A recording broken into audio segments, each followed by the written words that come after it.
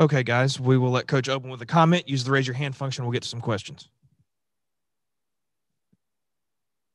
Well, obviously, this was a really good win for our team. I was really concerned about this week. We had a lot of guys kind of beat up. A lot of guys had to miss practice. They had to really choose energy over their feelings in this game. And I was really pleased with the way we came out and, played, especially in the first half, especially on defense. Um, we did a good job of controlling the ball on offense, and time of possession was great. But defense did a good job of getting them off the field, did a much better job on third down, did a good job of implementing what was a pretty new scheme for us to play against this team and their offense. And for the most part, I thought, did a really good job. So turnovers were, a big thing in the game. We were able to make some big plays and explosive plays on offense, but I thought their defense really played well, played hard. They were physical, they were tough, and it was a grind out there for us to. They played good zone, so it was harder for us to make big plays. But I think we did a really good job, and this was a good win for us. Obviously, probably the thing that I'm most disappointed in was, I thought we had too many penalties. Too many times we shot ourselves in the foot and stopped ourselves, taking away positive plays, whether it's a punt return or a 12-yard gain or whatever it is on offense, and putting ourselves behind the sticks. And that's something that we definitely need to improve on. But all in all, this was a good game for us. I think it's great to play at home, great to win on your birthday. So I was really happy about that present as much as any. And I think the bye week is coming at a really good time for us. We got a lot of guys that need to get healed up, and we got a lot of other guys that need to make some improvement. So when they're called on, they're going to be able to go out there and play and be effective as players. So it's kind of where it's at. Okay, we'll start with Brett Hudson. Hey, Coach, since this is such a different scheme y'all were facing this week defensively, how much of this performance is applicable to the future opponents you'll face? Or what about this can you take as a positive sign of development going to the future?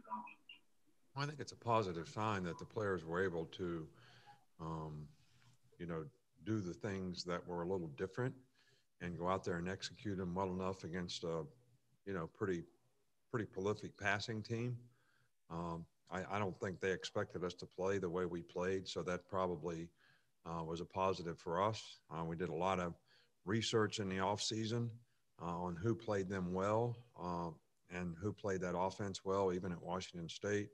And we watched all the games this year, who struggled, why they struggled, and who played really well against them. And we try to take bits and pieces of all those things and put it together.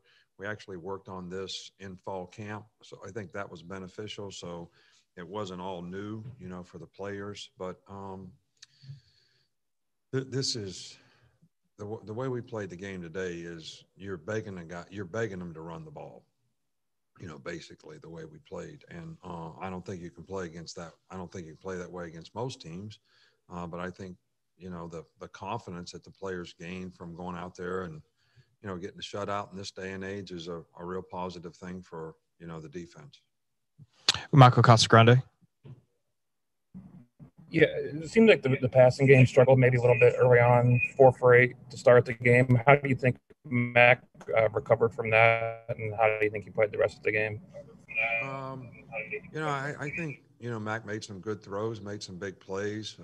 I also think that, the way they played a lot of soft zone, tried to take our, deep routes away. And there were probably times in the game where, we tried to tell them, this may be a check down game at times. You can't force the deep throws.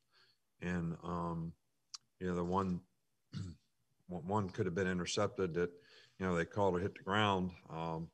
But this is a good defensive team, and I don't know. You can ask Mac, but he'd probably say this wasn't one of his best games. But he played well enough for us to win and score enough points to do that. And I'm not disappointed in him at all. Are there things that he could have done better? I think yes. Did he linger on any mistakes that he made? Not at all, which I think is a real positive sign. Go to Aaron Suttles. Nick, the defense tackled really well tonight and seemed to respond pretty aggressively. Did you see that this week in practice, that confidence they played with tonight on defense? Well, we sold the fact that, if you're going to play this game the way we played the game, you're going to have to break on the ball, you're going to have to vice the ball, and you're going to have to tackle well in space.